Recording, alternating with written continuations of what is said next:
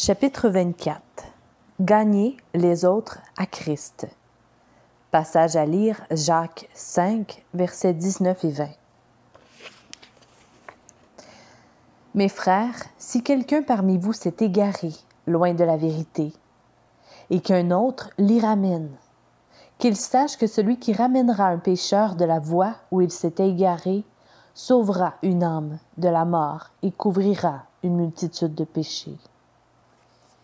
Versets 19 et 20. Le vœu de mon cœur et ma prière à Dieu pour eux, déclarait l'apôtre Paul au sujet de ses frères juifs, c'est qu'ils soient sauvés. Romains 10, 1. Il disait aussi aux non-juifs, « Je n'ai pas eu la pensée de savoir parmi vous autre chose que Jésus-Christ et Jésus-Christ crucifié. » 1 Corinthiens 2, 2. Il n'est donc pas surprenant que les dernières paroles de Jacques sur l'amour mutuel et le désir du meilleur pour autrui soient un encouragement à ramener ceux qui se sont égarés de la vérité ou qui ont été jusqu'ici étrangers à la grâce de Dieu. On discerne immédiatement la progression dans la ligne de pensée de Jacques. Il a commencé par le besoin de guérison physique, au versets 14 et 15, avant de passer au besoin de croissance spirituelle, au versets 16 et 18. Il arrive maintenant au besoin de ramener quiconque s'est égaré loin de la vérité, en versets 19 et 20.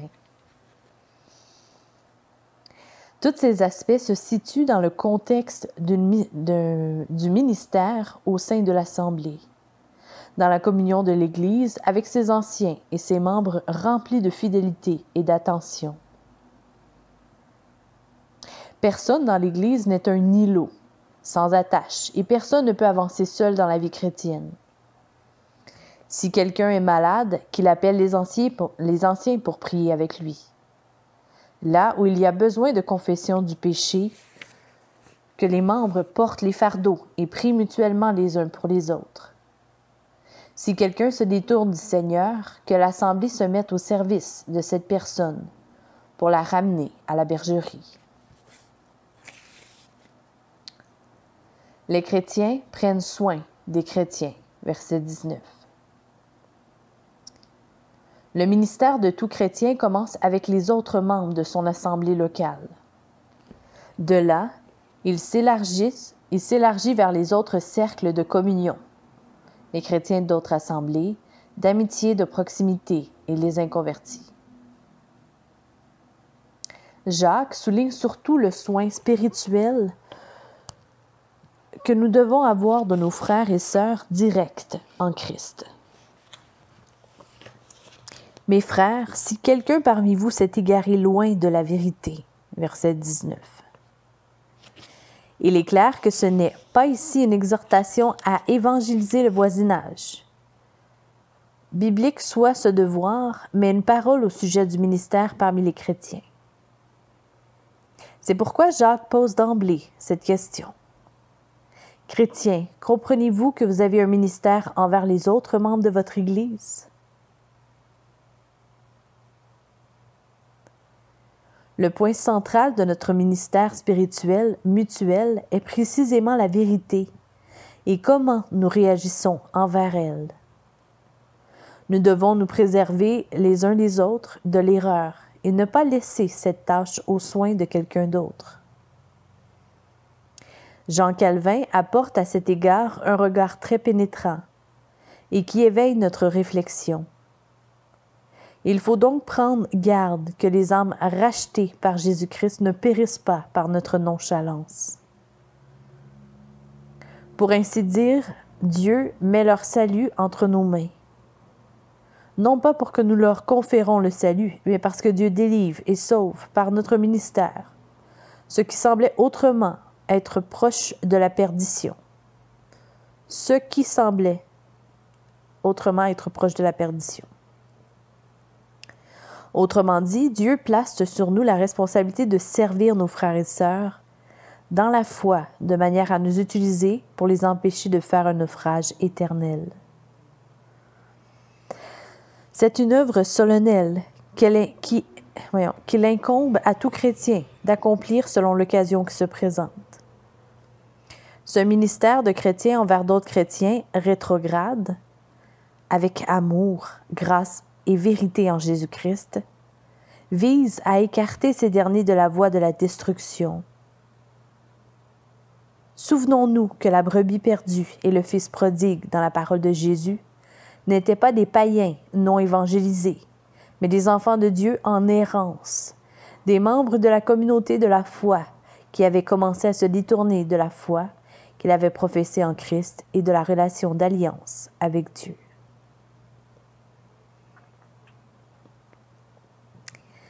Les chrétiens prennent soin de la vérité. Verset 19. La relation que les autres entretiennent avec la vérité est le critère de notre souci pour eux. Nous avons pour mandat de discerner l'erreur quand elle fait son apparition et d'employer les remèdes de l'Évangile. Le mot « vérité » se trouve également en Jacques 3,14, qui déclare « Mais si vous avez dans votre cœur un zèle amer et un esprit de dispute, ne vous glorifiez pas et ne mentez pas contre la vérité. » Cette vérité est l'ensemble de la doctrine vraie, la parole révélée et écrite de Dieu.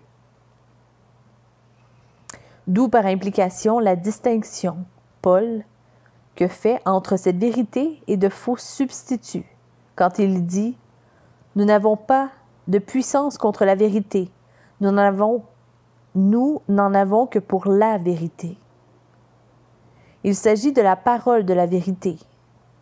Devenir chrétien équivaut à avoir connu la parole de l'Évangile. C'est la parole de Dieu en opposition avec celle de l'Antéchrist.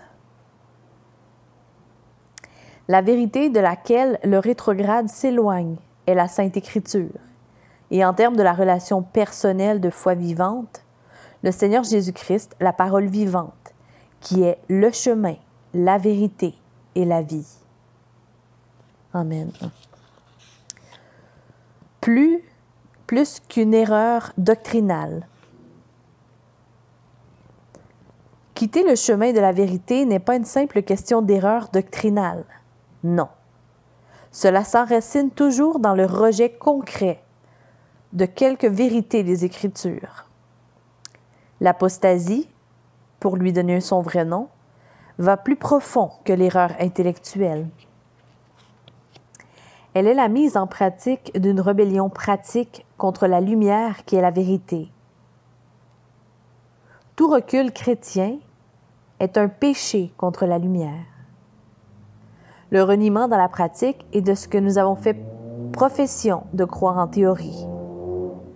Presque toute habitude nuisible à la santé peut servir d'illustration de ce phénomène.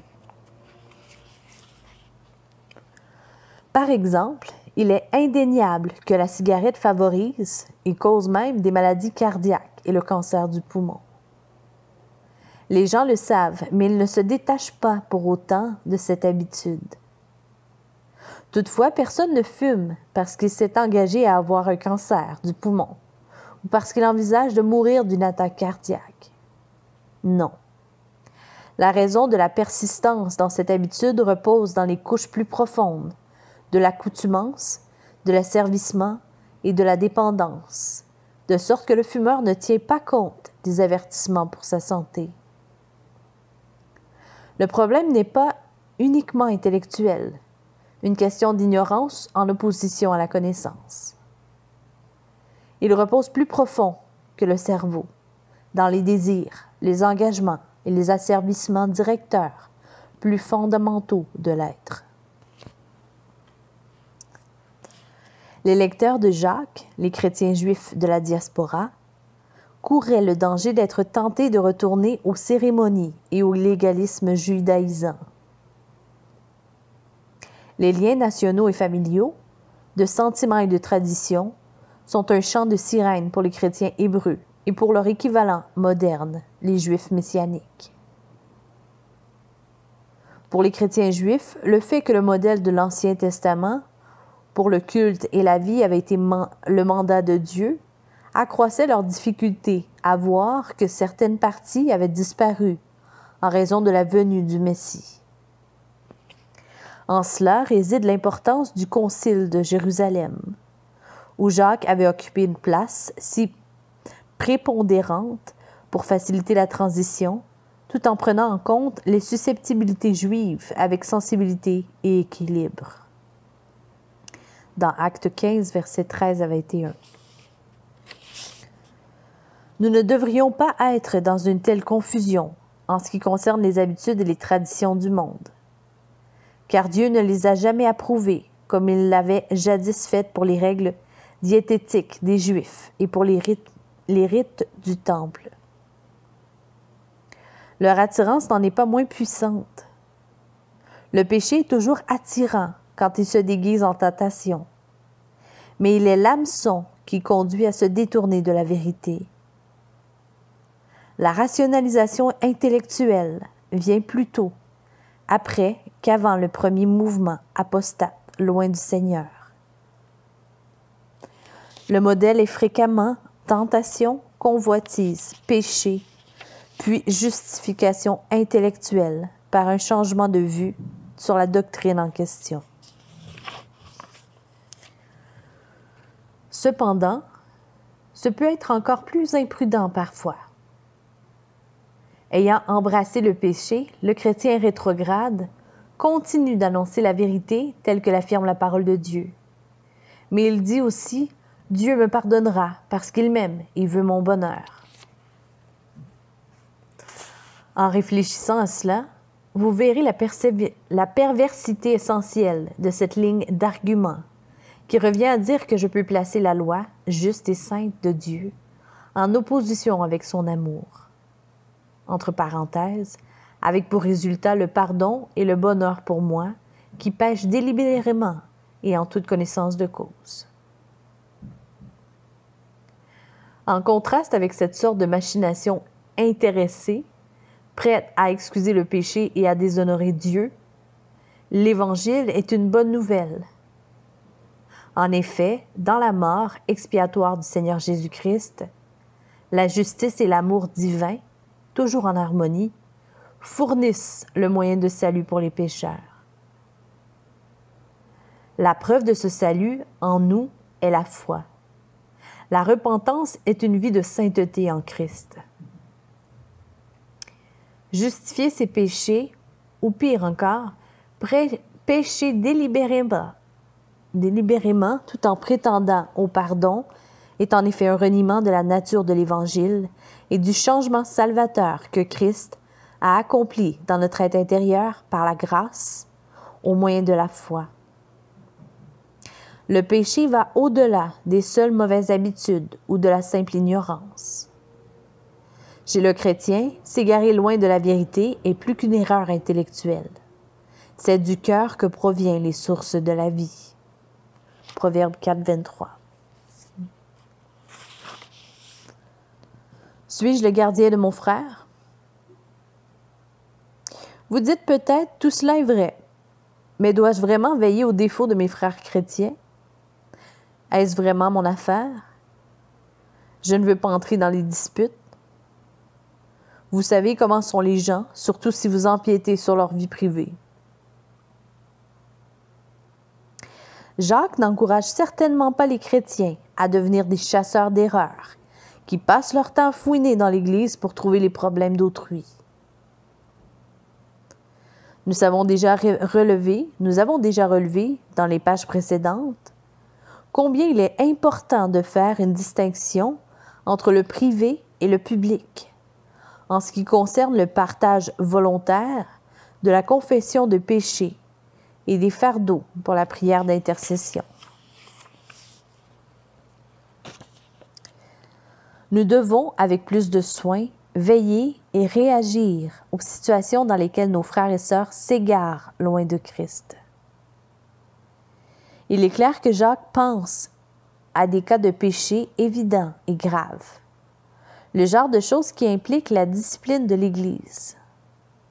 Dans ce cas, semble-t-il, il parle de discipline d'Église, non pas au stade plus avancé et formel qui implique une action officielle de la part des anciens, mais au niveau d'une intervention personnelle et privée pour tuer dans l'œuf, une situation dont le développement produirait un naufrage par rapport à la foi et au scandale public. Jacques a pour souci que nous soyons tous prêts à ramener dans la communauté un frère ou une sœur qui semble s'en éloigner. Nous ne devons pas rester inactifs à regarder quelqu'un s'enfoncer dans la difficulté. Pourquoi sommes-nous les gardiens de notre frère? Plusieurs raisons irrésistibles se présentent à notre considération. 1. La parole de Dieu l'ordonne. Il faut même porter secours aux bêtes du prochain si elles sont perdues ou en danger. Deutéronome 22, 1. Combien plus nous devons nous soucier d'un chrétien professant qui s'égare, dont la voie se dirige vers la destruction. Et pour autant que nous sachions, car nous ne sommes pas en mesure de lire les cœurs, vers une éternité de perdition. C'est ici la force de l'injonction de Jacques.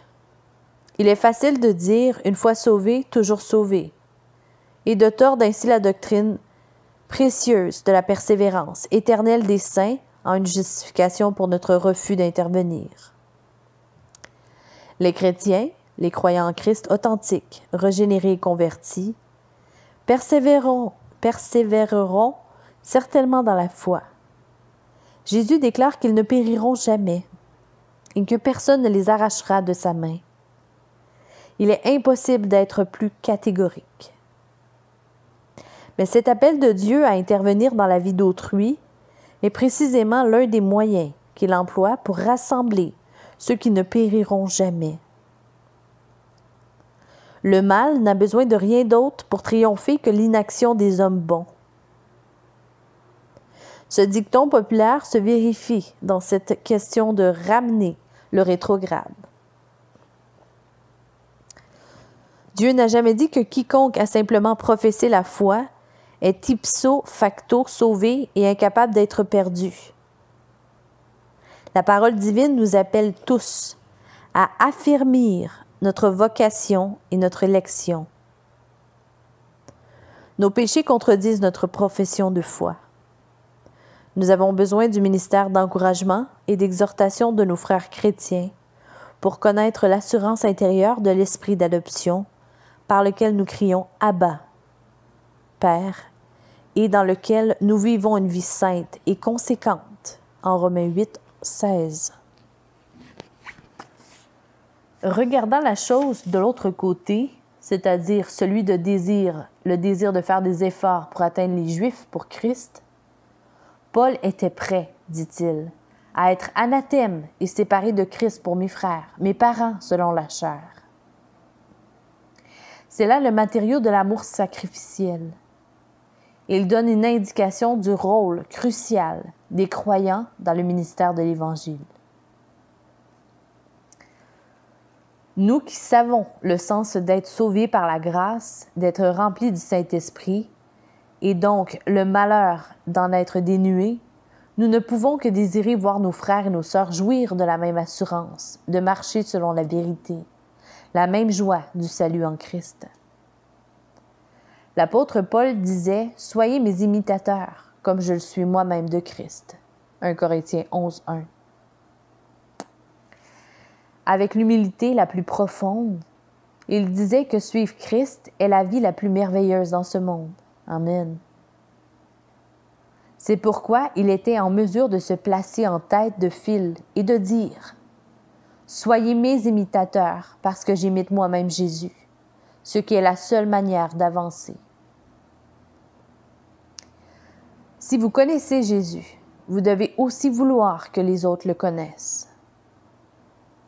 Bien sûr, la base de tout ceci est que Jésus lui-même veut agir et être comme Jésus. Pourquoi? Parce qu'il connaît la joie d'être parfaitement saint, d'être uni à son Père divin en une unité parfaite et de goûter d'un amour qui est sans défaut ni tache. Parce que l'expérience chrétienne est pour nous le bien suprême. Nous la désirons pour autrui. Nous ne pouvons donc pas rester en spectateurs et voir ceux qui ont été nos frères et sœurs en Christ, selon leur propre confession de foi, s'éloigner de la vérité et prendre la voie qui mène à l'enfer.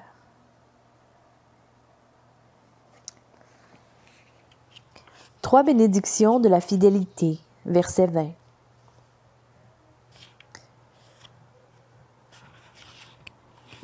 Une atmosphère d'anticipation imprègne le dernier verset de l'Épître de Jacques. Qu'il sache que celui qui ramènera un pécheur de la voie où il s'est égaré sauvera une âme de la mort et couvrira une multitude de péchés. Si tel que nous venons de le décrire, notre ministère réussit, de vraies bénédictions en découlent pour tous ceux qui sont impliqués. Sauver de la mort. La question est aussi grave que cela. S'égarer loin de la vérité équivaut à s'engager sur la voie de la mort. Il est toujours vrai, comme nous l'avons déjà remarqué, que nous ne sommes pas en mesure de lire les cœurs. Seul le Seigneur connaît ceux qui lui appartiennent. Nous voyons seulement les actions des gens. Ce sont elles qui définissent les contours du problème potentiel et qui déterminent notre responsabilité spécifique envers eux, selon l'Évangile. Demeurer sur le sentier qui s'éloigne du Seigneur et y rester jusqu'au jour de la mort, sans repentance ni renouvellement, revient sans aucun doute à inviter la perdition éternelle. Sans tenir compte du statut d'une telle personne en termes de la connaissance et du dessein secret de Dieu, aucun de nous ne peut avoir la moindre assurance du salut de cette personne. Tant qu'il vit et reste éloigné de Dieu, un tel homme ne peut pas non plus présumer avec facilité d'être en règle avec Dieu, parce qu'il lui arrive de croire certaines vérités et d'avoir de bons souhaits pour ce qui concerne l'attitude divine vis-à-vis de sa rébellion entêtée. Effectivement, ramener un rétrograde peut très bien le sauver de la mort, tout autant que la conversion de tout pécheur. Le terme grec employé pour décrire cette action de ramener un pécheur de son erreur est le mot utilisé en général dans le Nouveau Testament pour conversion, c'est-à-dire épistréphos. Ainsi, parlant de la restauration de Pierre, avec un reniement, Christ déclare « Toi, quand tu seras revenu, c'est-à-dire converti, affermis tes frères. » Ce mot est employé à la fois pour la première conversion à Christ et les conversions ultérieures de nos rétrogradations, en d'autres termes. Tout retournement significatif dans notre vie spirituelle, où nous faisons l'expérience de la puissance rédemptrice de l'Évangile. La vie chrétienne ne peut être ponctuée par un certain nombre de tels épisodes d'éloignement de la vérité et de conversion ou de retour vers la voie étroite de Christ. Aussi longtemps qu'il y aura dans notre vie des temps d'égarement et de laxisme spirituel, nous connaîtrons aussi, par la grâce de Dieu, des réveils de la vraie foi qui viendront ranimer notre âme. Alléluia. Puisque la venue à Christ, que ce soit pour la première fois ou plutôt en termes de renouvellement et de restauration, alors puisque la venue à Christ ressemble dans notre expérience au recouvrement de la vue par l'aveugle, à la vie et à la force qui reviennent dans le membre paralysé, cette venue se revêt toujours du caractère du salut, de la nature de la rédemption d'une mort spirituelle dans le cœur. Amen. La couverture d'une multitude de péchés. Nous entendons ici un écho du Proverbe 10, verset 12, qui va comme suit. La haine excite les querelles, mais l'amour couvre toutes les fautes. La charité ensevelit les péchés, dit Jean Calvin. L'idée de couvrir le péché est un des grands thèmes rédempteurs de l'Écriture et de l'histoire de la rédemption elle-même. La structure même de l'Arche de l'Alliance, qui était la pièce centrale du tabernacle et du temple dans l'Ancien Testament, représentait entre autres choses la couverture des péchés d'Israël par le sacrifice d'expiation. En Exode 25, versets 10 à 22. C'était fondamentalement une boîte avec son couvercle qu'on appelait le propitiatoire. Au-dessus de l'arche planait la nuée de gloire, une manifestation théophanique de la présence de Dieu avec son peuple.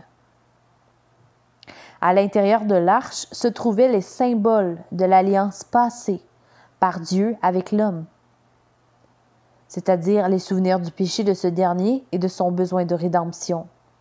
Il y avait les tables de la loi du Sinaï, la manne du désert et la verge d'Aaron qui avait fleuri.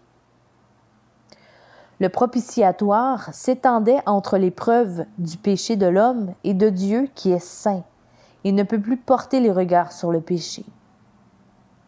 Ainsi, quand on aspergeait le propitiatoire du sang du sacrifice pour le péché, cela signifiait l'expiation de ce dernier.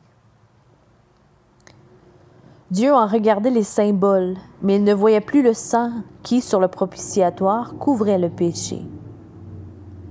La justice parfaite de Dieu était satisfaite et son peuple racheté. Ce n'était bien sûr qu'une image de la véritable expiation que le Seigneur Jésus-Christ effectua par sa mort sur la croix comme substitut pour les péchés de tous ceux qui croiraient, tant dans le passé, l'avenir que le présent. Les sacrifices de l'Ancien Testament annonçaient le sang de Christ, qui, comme le dit l'Écriture, nous purifie de tout péché. Or, cette théologie riche de la couverture s'associe au fait de gagner autrui pour Christ, pour la raison évidente que le même salut acquis au prix du sang sauve à la fois le païen et le chrétien rétrograde. Jacques souligne que l'amour qui apporte l'Évangile de la grâce du salut aux pécheurs est un amour qui couvre une multitude de péchés. Les leurs, non pas les nôtres, parce que c'est l'amour de Christ. Quand les gens réagissent à l'Évangile par la repentance et la foi, ils reçoivent l'amour de Christ qui couvre effectivement leurs péchés. Pour ce qui concerne le vrai croyant, celui qui s'est réellement converti, Dieu voit le sang de Christ. Il ne voit plus du tout le péché, car celui-ci est purifié par l'expiation accomplie par le Sauveur dans sa mort et sa résurrection. Voilà ce qu'est la grâce. Voilà la gloire de la croix du Seigneur Jésus-Christ. C'est la raison pour laquelle Paul pouvait s'écrier avec une passion si débordante. Pour ce qui me concerne, loin de moi la pensée de me glorifier d'autre chose que de la croix de notre Seigneur Jésus-Christ. Amen. Galates 6, verset 14. L'assurance heureuse d'un ministère fidèle. Le dernier verset commence par ces mots. Qu'il sache. C'est assurément un indice de joie pour ceux qui, dans leur amour, vont au-devant des autres pour les gagner pour Christ. Pourquoi devrions-nous vraiment considérer le fait qu'aller au-devant des pécheurs peut conduire au salut et à la couverture des péchés pour ceux que nous avons le privilège d'amener à Christ? Parce que là se trouve une source de joie chrétienne propre à l'alimentation de notre propre marche avec le Seigneur. Comment ne pourrions-nous pas être grandement encouragés dans notre propre obéissance quand nous voyons le Seigneur utiliser notre fidélité pour sauver autrui?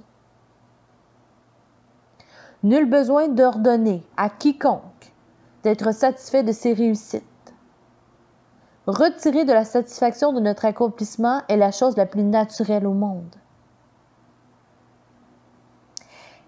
Elle est juste par surcroît. C'est la récompense accordée à la diligence. Combien plus alors nous réjouirons-nous du salut d'êtres humains? Combien plus exulterons-nous dans l'avancement du royaume de notre Seigneur et Sauveur Jésus-Christ? Si Dieu lui-même se réjouit devant ses anges dans les cieux, quand une seule âme est ajoutée au royaume, ne bondirons-nous pas de joie en voyant les hommes convertis à Christ et persévérer dans la foi, suite à notre propre ministère, dans le lieu où Dieu nous a placés? Voilà ce que signifie être chrétien dans un monde actuel. Aimer Dieu, aimer sa vérité, son peuple, ainsi que ceux qui sont perdus et égarés, au point d'aller les atteindre dans la bonne nouvelle du Seigneur Jésus-Christ, qui est mort afin que tous ceux qui croient en lui ne périssent point, mais qu'ils aient la vie éternelle. Loué soit ton nom, Jésus-Christ. Fin du chapitre et fin du livre. Sois béni, mon frère.